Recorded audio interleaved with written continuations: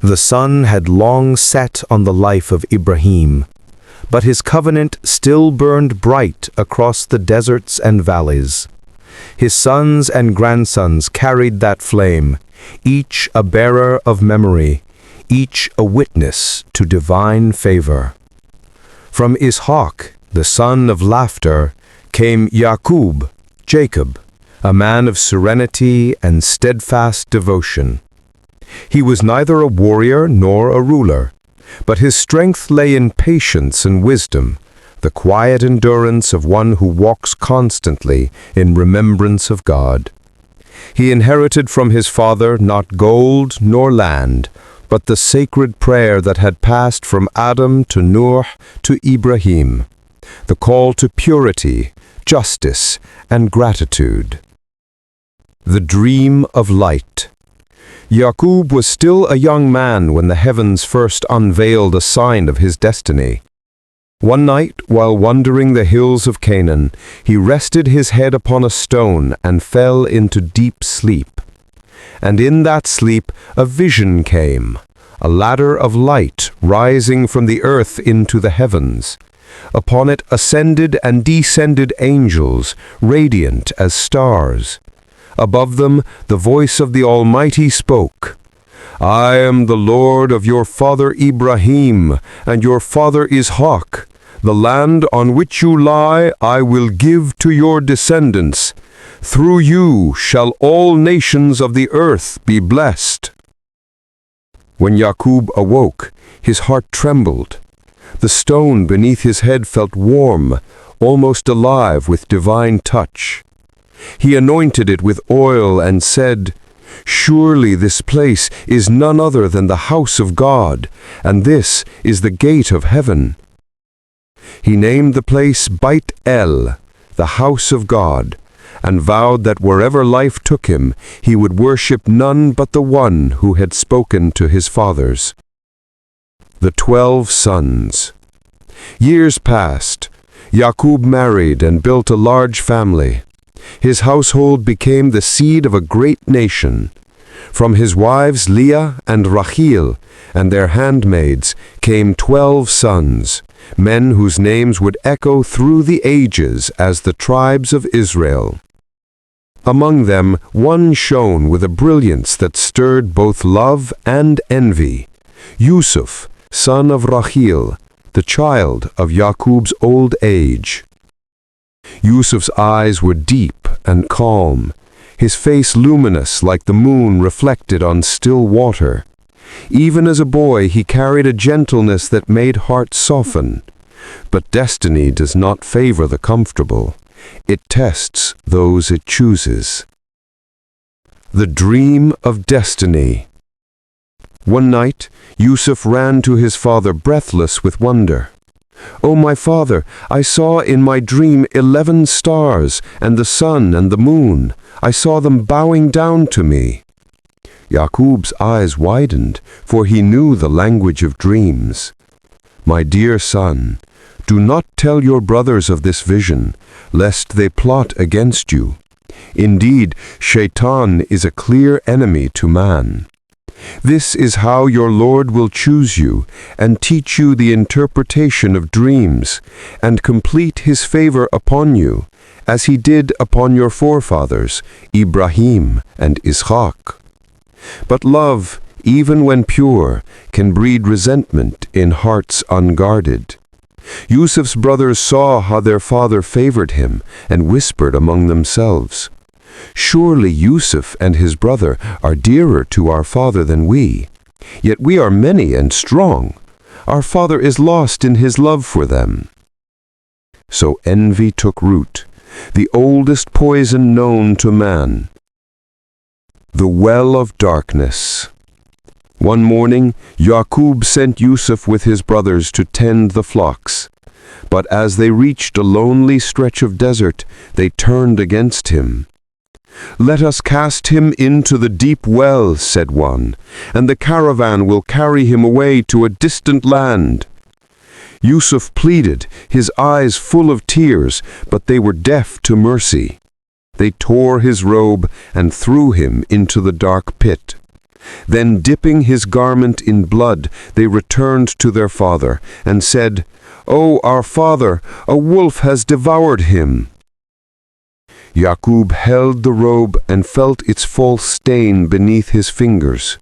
His eyes filled, but he said nothing, except, "Patience is most fitting. God is my refuge against what you describe." He wept until his eyes turned white from sorrow, yet his faith never faltered. The slave of Egypt. Meanwhile, a caravan found Yūsuf in the well, his face shining even in the shadows. They pulled him out and sold him in Egypt for a few silver coins, not knowing they had traded a prophet for a pittance. In Egypt he was purchased by an official known as Al-Aziz, who brought him to his home and said to his wife, "Treat him kindly, perhaps he may benefit us, or we may adopt him as a son." There, in the heart of a foreign land, Yūsuf grew into manhood, graceful, wise, and righteous. His beauty became legend, and even the women of the court whispered about him. The trial of purity. But the wife of Al-Aziz, drawn by his beauty, sought to tempt him. She closed the doors and said, "Come to me." Yūsuf turned away, his heart trembling not with desire, but with fear of disobedience. "I seek refuge in God," he said. "Your husband has been good to me. The wrongdoers never succeed." She reached for him, and in the struggle his shirt was torn. At that moment her husband entered, and the truth stood exposed like daylight. Though innocent, Yūsuf was imprisoned to silence scandal. Yet even in the dungeon his spirit was free. He became a guide to the lost, interpreting dreams for those around him, his words a balm to their despair. The Dream of the King. One night, the king of Egypt dreamt of 7 fat cows devoured by 7 lean ones, and 7 green ears of grain and 7 dry ones. None among his priests or scholars could interpret it.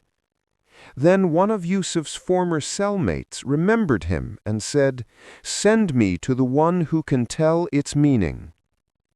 Brought before the king, Yūsuf spoke calmly. "You will have 7 years of great harvest, followed by 7 years of famine. Store grain during the years of plenty, and you shall survive the hardship to come."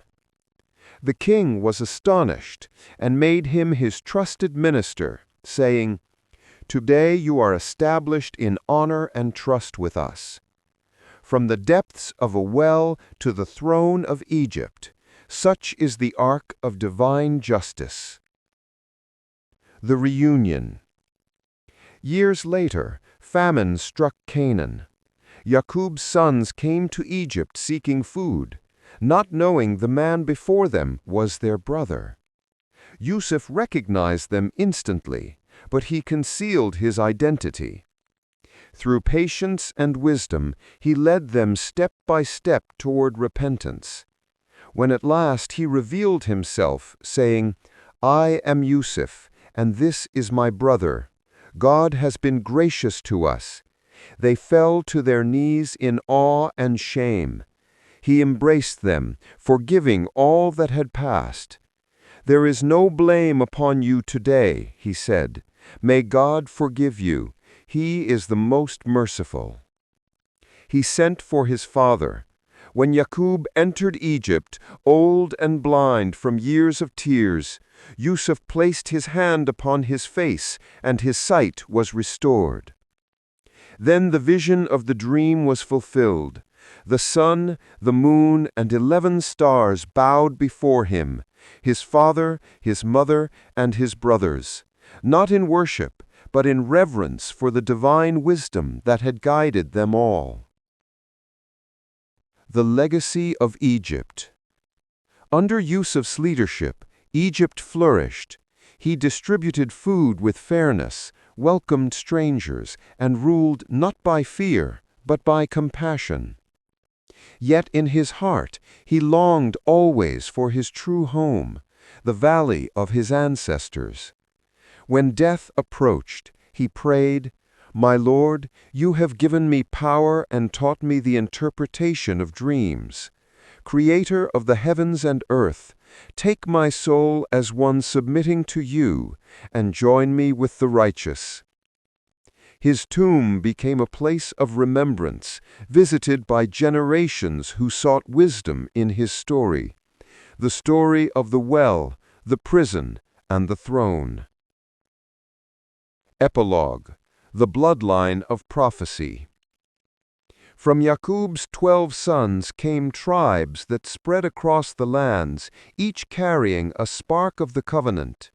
From their lineage would rise Musa, the deliverer of the enslaved, the speaker with God, and through him, the next great turning of the divine plan. The covenant had survived exile, envy, and empire.